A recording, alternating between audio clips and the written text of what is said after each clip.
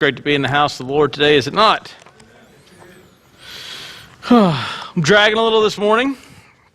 For the first time, well, not the first time since I left the Army, but one of the few times since I've left the Army, I actually got up at 04 or something. You know why they shoot people at dawn, right? No one really wants to live at that hour. My brother and I had a barbecue throwdown, and he cheated. Can you believe that? My own brother. Didn't trim the fat, he trimmed all the fat off. You know my motto, sauce is for cheaters. He sauced.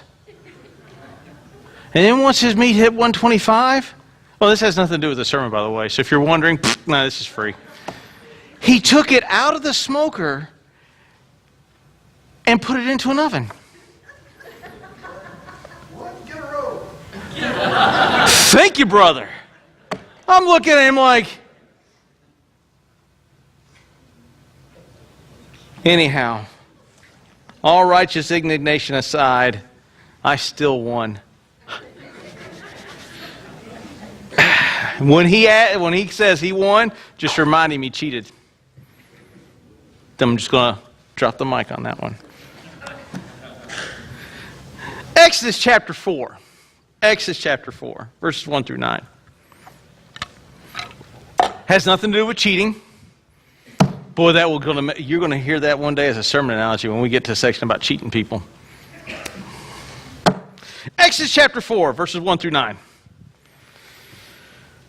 Then Moses answered, "Behold, they will not believe me or listen to me or to my voice, for they will say, 'The Lord did not appear to you.'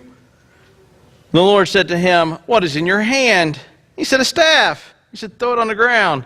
So he threw it on the ground, and it became a serpent, and Moses ran from it. But the Lord said to Moses, 'Put out your hand and catch it by the tail.' So he put out his hand, and he caught it, and it became a staff in his hand. That they may believe the Lord God, the God of their fathers, the God of Abraham, the God of Isaac, the God of Jacob, has appeared to you." And the Lord said to him again, "Put your hand inside your cloak." He put his hand inside his cloak, and he took it out, and behold, his hand was leprous, like snow. Then God said, "Put your hand back inside your cloak." And so he put his hand back inside his cloak, and when he took it out, behold, it was restored like the rest of his flesh. "If they will not believe you," God said, "or listen to the first sign, that they may believe that they may believe the latter sign. And if they will not believe even these two signs, listen to your voice. You shall take some water from the Nile, and you shall pour it on the dry ground, and the water that you take from the Nile shall become blood on the dry ground." Got some new glasses, so they gave me some bifocals, and so I was reading there, and I'm still learning to read with bifocals, so words may move around on the page. I know, it's sad, right? Getting old. It happens to the best of me. I'm teasing. Pick up here in Exodus chapter 4. Now, a lot of times we look over this passage, and I hear this, and I've heard this just at every stage of ministry. You'll hear people go, "Man, if God could just give me a sign. If God could just give me a sign, man, I would believe him, I'd follow what he said, I'd execute what he said because I'd just get a sign."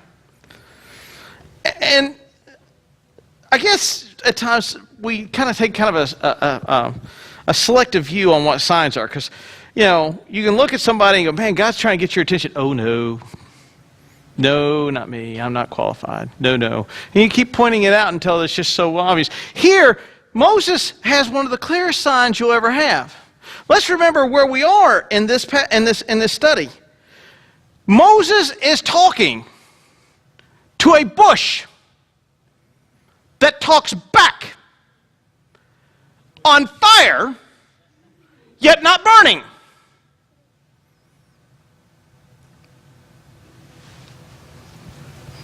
For just a minute. I mean, that's as clear as it gets as far as signs go, I would think. Here I am, I'm speaking to the bush. Now, I like to talk to myself. Usually that's where I find the best insight.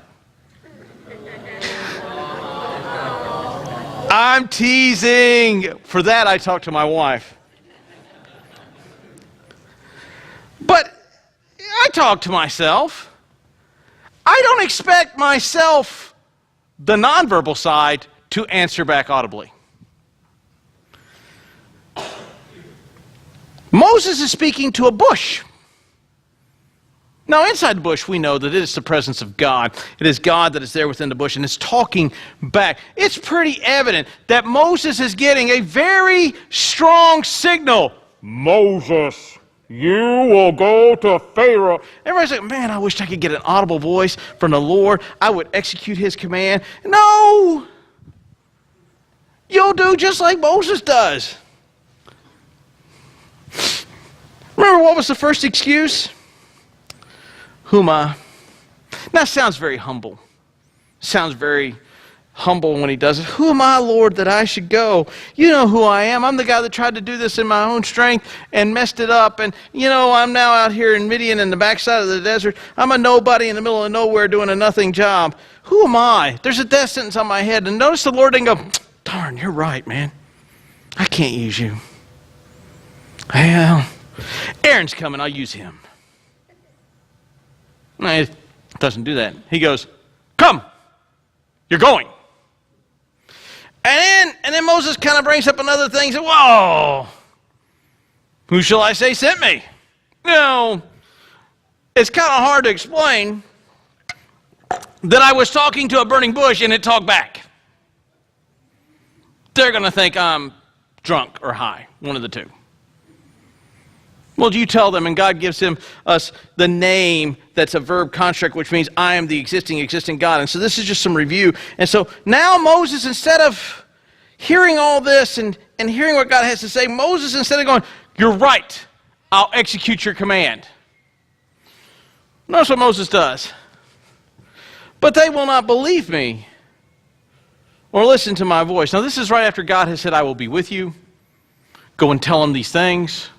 Go and reassure them the covenant that I made for them in Genesis chapter 15, and that the time is now complete. Go and tell them these things, and go in my name. I've called you, I'm equipping you, I'm sending you. And Moses is like going, yeah, but they're not going to believe me.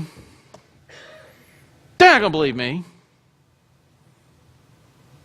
Now, when we start making excuses, again, last week I started making the point, we begin not to question just whether or not the nature of God, but actually the veracity of the integrity of God. I want you to go and do something. Yeah, no, I don't think you're right. Who now makes the decisions for you, God or you? You are. I don't think you're right, God. I had a conversation like that when he called me to be when I was a machinist. I was happy being a machinist. It was a great job. I got paid well. I worked for a little job shop. And after a few more years there, I could have gone on and really worked for some really nice companies and made a lot of money. I was happy. I was able to buy firearms and give them a loving home. I had a boat. It was a John boat, but still, it floated.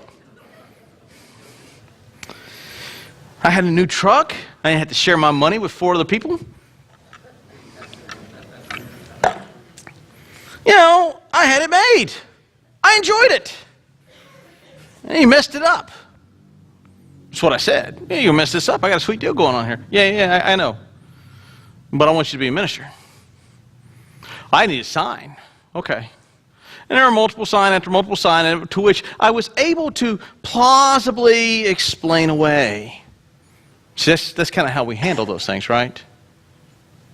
Rarely does anyone ever look at the sign and execute and go, man, God's called me into doing this.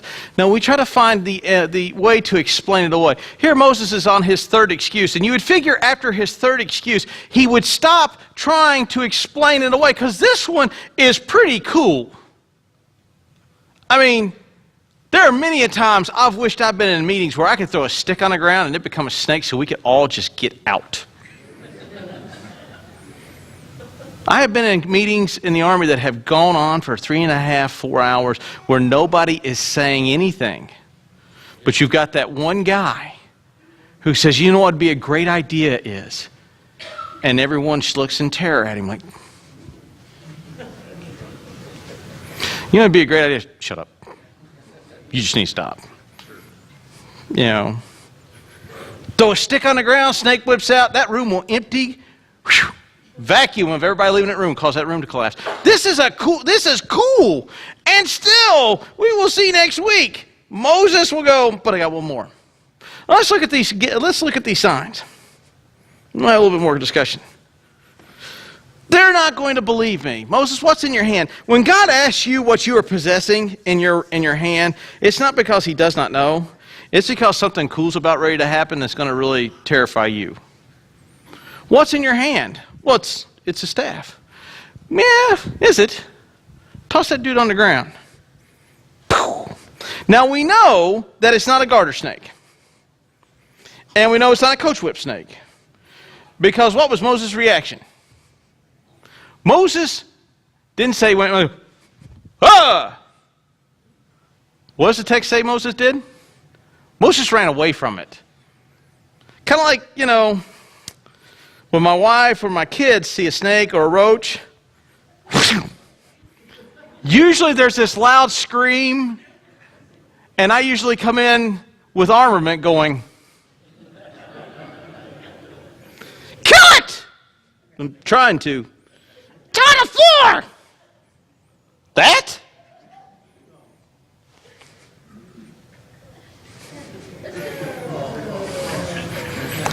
You're 10 times its size. Clearly, Moses is no city slicker. Moses has spent 40 years in the desert where snakes, scorpions, and all kind of other critters that creep and crawl along the ground are commonplace. The snake that hits the ground, the text never tells us what it is. I know, Cecil B. DeMille says it's a cobra in the Ten Commandments. Yeah, what does he know? Anyhow, he's from Hollywood. But we know it's a dangerous snake because Moses hauls the other direction. When I was in Iraq, we were stationed my last tour in Wasat province, and in this area they have a really cool snake. It's called the sawback viper. Most snakes are usually neurotoxin or hemotoxin. This little dude is both. And your life expectancy upon being bit is about 45 minutes. You know what the antidote for this dude is? It's not in the area where you need it. It's 45 minutes away in Baghdad by chopper flight. So if you get bit, it takes you about 10 minutes to get to the troop medical clinic. They got to call the medevac to bring the antidote down, and then someone's got to administer it. Have you done your timeline yet? We have exceeded 45 minutes. And so the advice they said is, look, if you get bit, just cross your arms like this. Lay down on the ground and do this. That's a deadly snake. At nighttime, when those snakes were out, even in conditions where you're not really supposed to have flashlights on, you see guys doing this. Because they were going to go home regardless of whether or not that light did. That snake caused us a great deal of concern. There was a shoot-on-sight varmint where we were. You see it, you kill it, period. Shoot on sight. Moses is not playing with a little... What's that snake? You see it eating a rattlesnake? It's a blue... I don't know. Basically, it's a bull snake that's blue. And so there's a video on Facebook or YouTube where it eats a rattlesnake. It's not one of those. It's a snake of great concern, so that it's going to cause physical harm. And we're going to see this snake come into example. Now, here's how people explain this snake away. Of course, you can take a snake and snap it really hard, and it'll straighten right up.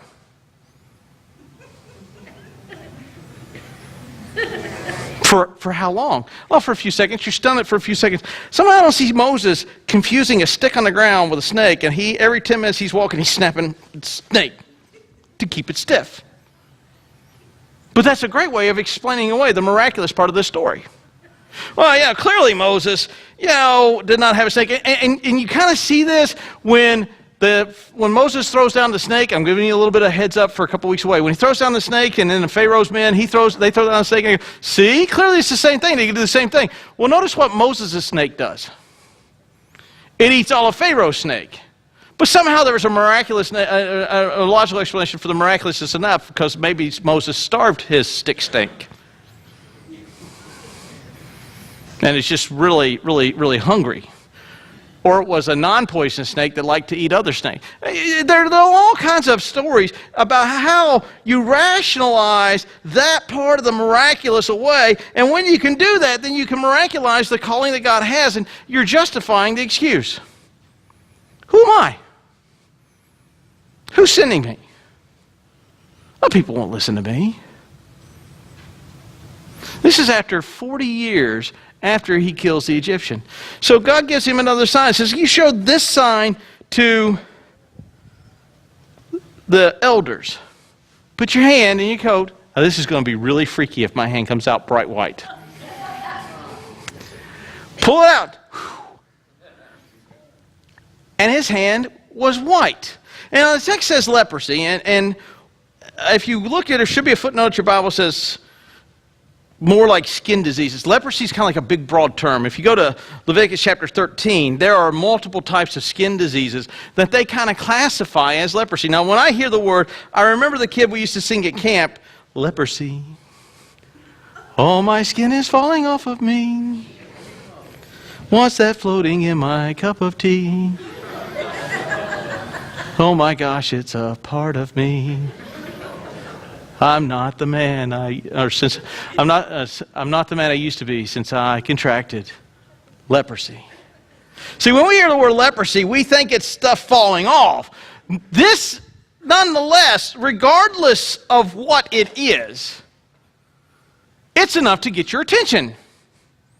And think about it. If you put your hand in your pocket and pulled it out, and you had some type of rare skin disease, and I can understand, I mean, you probably talk to some atheists today, and Moses had a sugar donut in his pocket, and reached in and pulled it out, and his hand turned, and when he went back in, he wiped it all off. It's just how you explain it.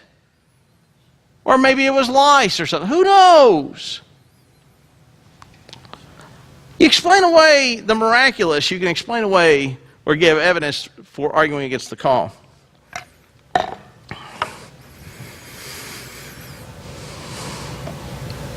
Again, the Lord said to him, put your hand inside the jacket, inside your cloak, and then took it out, and behold, his hand was leprous and like snow. And God said, put your hand back into the cloak. And so he put it back in, put his hand back inside his cloak. And when he had took it out, behold, it was restored to the flesh. They're not going to listen to me. Well, I'm going to give you these signs. You're going to use them. It's been 40 years since Moses kills the Egyptian and goes into Midian. If you look at the excuses, a lot of them, who am I? What's your name? They're not going to listen. One of the reasons behind Moses' statement they're not going to listen is, remember when he kills the Egyptian.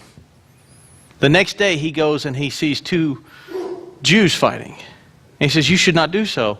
And they said to him, yeah, that's good advice. I'll stop beating him up. Thanks for the advice.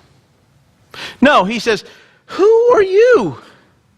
Are you going to kill me too? Why should we listen to you? So he's got a good understanding for that. And he's trying to use that.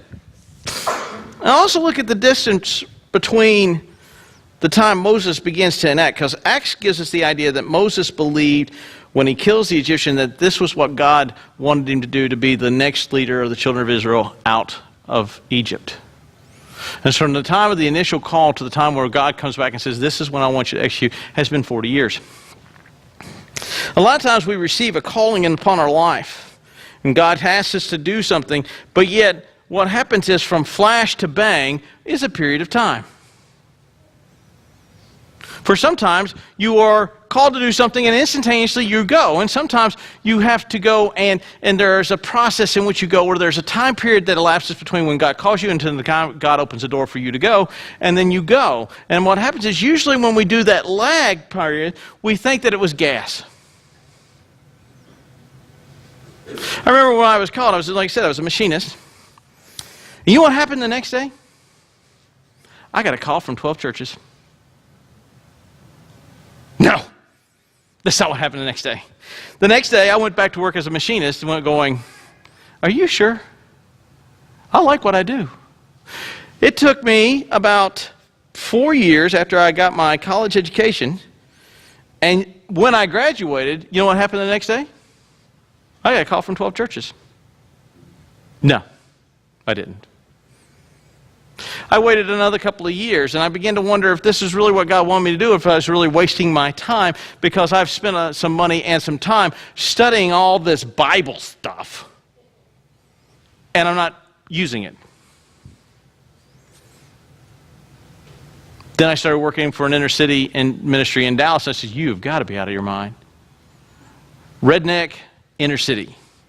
Those two go together like mayonnaise and peanut butter. I know people go, have you tried it? And not going to try it. That's just gross. I worked in the inner city, and it wasn't really until I got into the Army where I was actually involved, really, truly, in full-time ministry, actively engaged in a full-time ministry component. And then I got very comfortable. I liked it.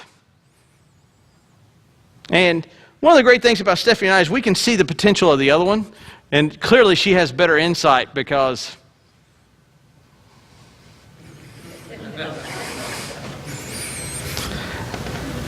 for the longest time, I've been telling her she should be a teacher. You should be a teacher. You should be a teacher. No, I wouldn't be very good. No, you just want me to do it because you want me to work. No.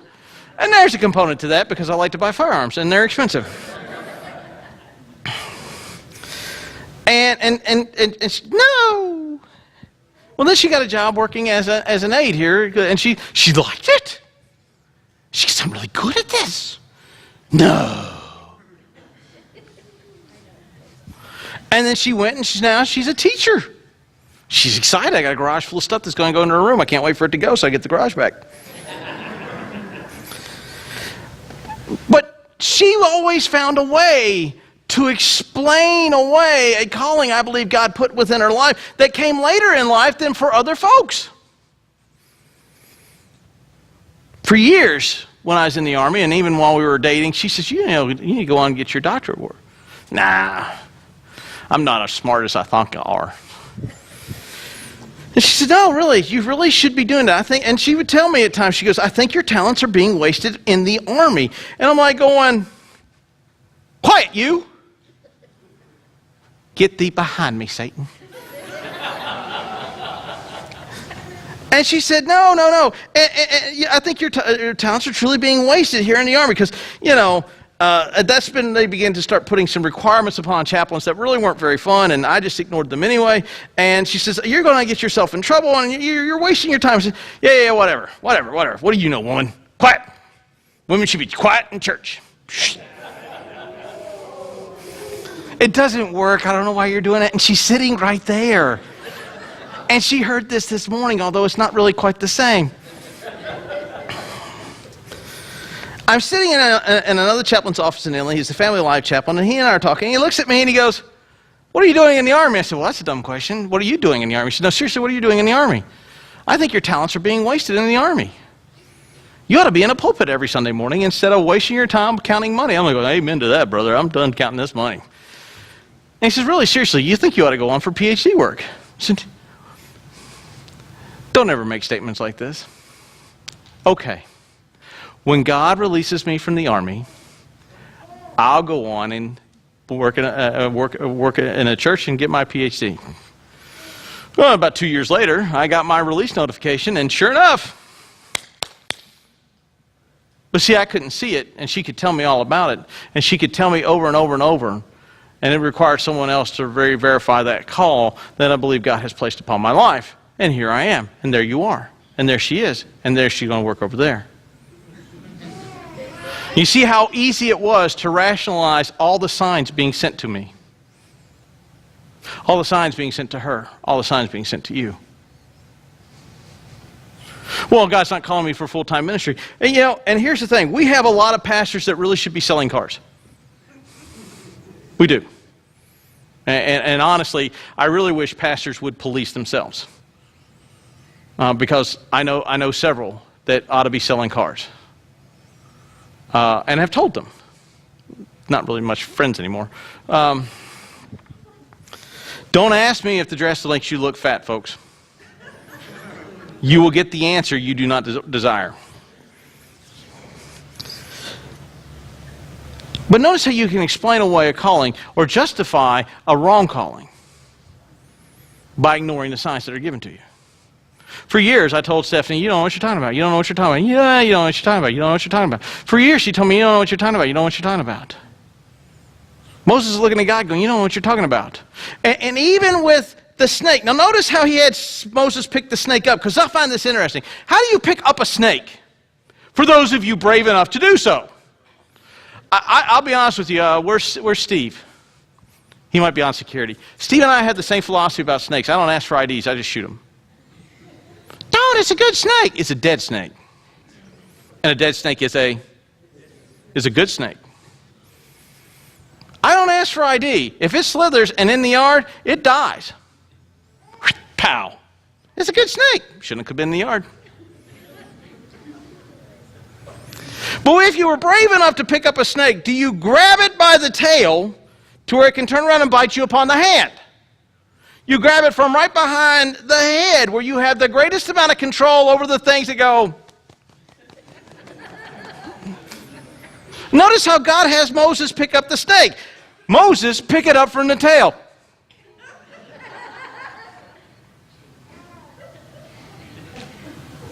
And he does it. And madly enough, he snaps it and that snake becomes a stick again. And you figure Moses is going to say, man, got a sign from the Lord, got leprosy on my hand, no leprosy on my hand, no leprosy on my hand. Great. God, I'm going to execute. And notice what the Lord does.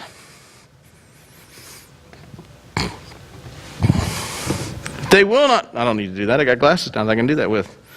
If they will not believe you, God said, or listen to the first sign, they may believe the latter sign. And if they do not believe even these two signs, or listen to your voice, you shall take some water from the Nile, pour it on the dry ground, and the water that you shall take from the Nile will become blood upon the dry ground. I would rather the water from wine part here, you know. Hey, I got a new party favor for you. I'll pour this out and it becomes wine. Because you're not going to be drinking blood. If they will not believe these two signs, here's a third sign. Now, here's an interesting thing about the third sign. I kind of like how a lot of scholars have approached this. The snake,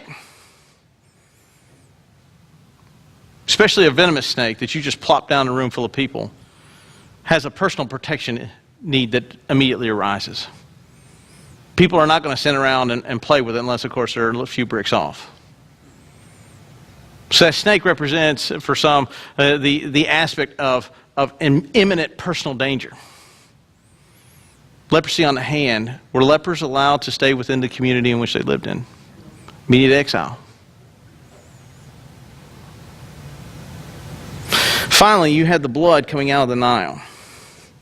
What, in the first part of the book of Exodus, was the Nile used for by the Egyptians? It was the place where they threw children in. And they go back to when Cain slays Abel. And when Cain slays Abel and plays dumb, and God says, your brother's blood is crying from where? The ground. He didn't say grab water from a creek, from a water basin. Go to the place where the kids went in, were eaten by crocodiles, were drowned, were left to be exposed. Even Moses, where you went in and were found. And you take that out and you pour that out. And it should remind, this is where scholars go with it, and I kind of like where they go, it should remind the parents of the blood of the innocent children they spilled by throwing them into the Nile. Now, that's a big argument from silence, but I think that's one of the reasons why it begins there with the first plague. You take that and use it as a reminder of the blood that you have spilled from the land. Moses, they won't believe the fact that you have tossed down something that will threaten their very lives and pick it up and it doesn't bite you. And if they won't believe you putting your hand in your vest and doing something that gets you immediately exiled from the community, then I want you to remind them of the blood that they have spilt by pouring that water upon the ground. Well, those are three wonderful signs. Wondrous signs. Fearfully wondrous signs. And Moses' response is not, here am I, send me. Moses' response is another excuse. Sign after sign after sign after sign after sign. This is now the fourth one. Because remember, the first and the biggest is he's talking to a bush that's on fire that talks back.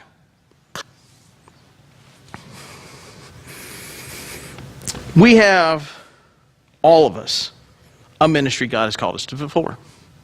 For some of you, it is to be the best you in the job that you are currently working, that you possibly can be, for the glorification of the kingdom and to expand the Word of God by telling folks about the love of Jesus Christ. For some of you, it's to be involved within certain ministries within the church here or within para-church organizations like the Gideons and some other programs that you get involved with and begin to take the gospel message outside the walls of the church. For some of us to volunteer and be actively involved in the things of the church, whether committees or Sunday school or Awana or upwards. You do not want me teaching those kindergartners basketball again. To say my spring is wound tight is kind of loose. But they learn basketball.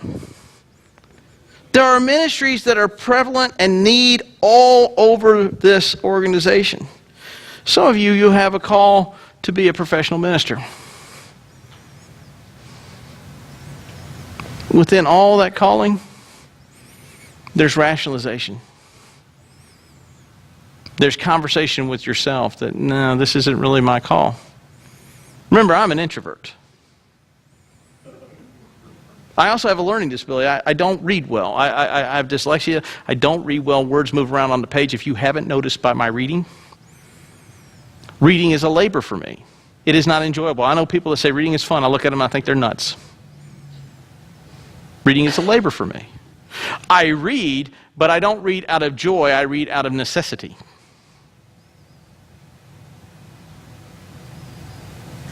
But that's the requirement of the task that God has put before me. I could rationalize being a minister by saying, well, I don't read well, God. Put that in your hat and smoke it. You got the wrong guy. I'm an introvert. You clearly don't know who you're talking to. God could come and give me wondrous signs as He's given me multiple people, and then I make foolish statements like, well, when God fires me from the army, I'll go and do something else. Oh, that's what it takes. See, it's not simply a call in your life, well, the only calling is into professional ministry. No. Fewer should actually take that call, that supposed calling on, if it's actually a real calling. But I can tell you there is no calling to be a pew potato. You say, well, I'm older. Moses is 80 when this happens. Put that in your pipe and smoke it.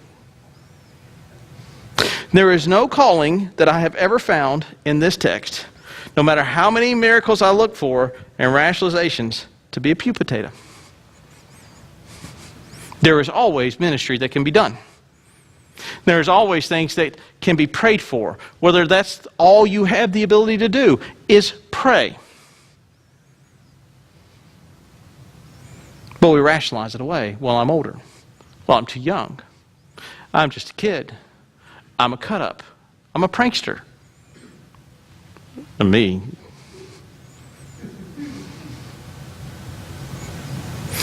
It's a wondrous thing to know that God can use a guy that doesn't speak well, who's a murderer, who's 80 years old, to deliver a nation.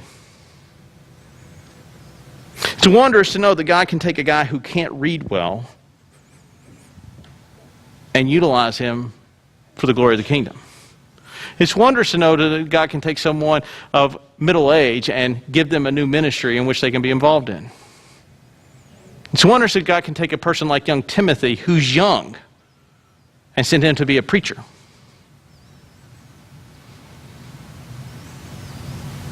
How do we rationalize away those wondrous signs, because that's what Moses is saying. They're not going to believe me. Well, they're not going to believe you. Well, here's a wonderful sign. I've already told you I was going to be with you, but now watch, pow.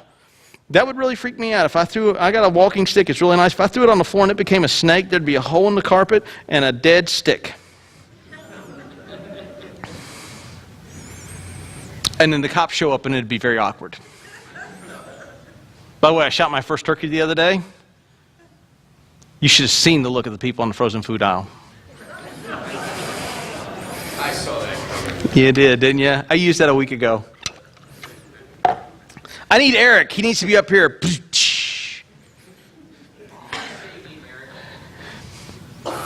Quiet you. It would really weird me out if I did this. I mean, really, I'm taking some danger here.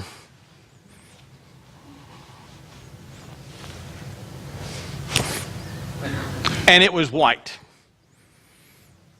I think that I would stop making excuses. But then again, I also know my very nature. I think I would really be weirded out, and I'm not going to do this because it's carpet, if I took this and this didn't come out of the Nile, but I started pouring it on the stage, and it was blood. I think I would stop making excuses, but then again, I know my nature. I know how to rationalize those things away. Someone must have put a ketchup packet in there, and it burst when it opened. I had a jelly donut in here, and it exploded, which is a possibility, and that's how my hand turned white. Clearly, I snapped my cane, and it really wasn't a cane. It was actually a coiled snake that I snapped straight, and when I laid it down, it actually went back to what it was. Or I'm hallucinating, and none of you are in this room with me.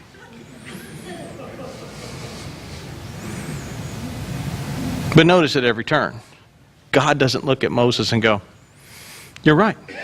You're off the hook. You're right. You're off the hook." Folks, I can make excuses till the cows come home. The calling God places upon my life is the calling God has placed upon my life. Running from it is just going to delay the inevitability. The calling God has placed upon your life is an inevitability. You running from it is just delaying the end result. You say, "Well, I don't think so. Look at Jonah. I'm going to sail in the opposite direction." Well, that's cute. How'd that work for him? I don't know about you, but I don't need to be swallowed by a fish to figure out I made a bad decision. What is your understanding of the calling of God upon your life? How long have you been running from your understanding of what God has for you? And it's not age specific. When I went to Bible college, I went to school with an 82-year-old man who believed God had called him to be a minister. He died at 90 after pastoring for 4 years.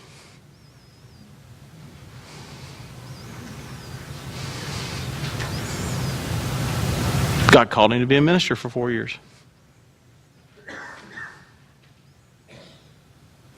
How do we rationalize away God's calling upon our life?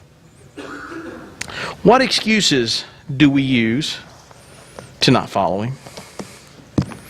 Even when it comes to our own personal salvation, there are many here in this room that have been wrestling with that own understanding of personal salvation. That a loving God would send His Son into the world to redeem you back to Him and then indwell you with the third person of the triune God.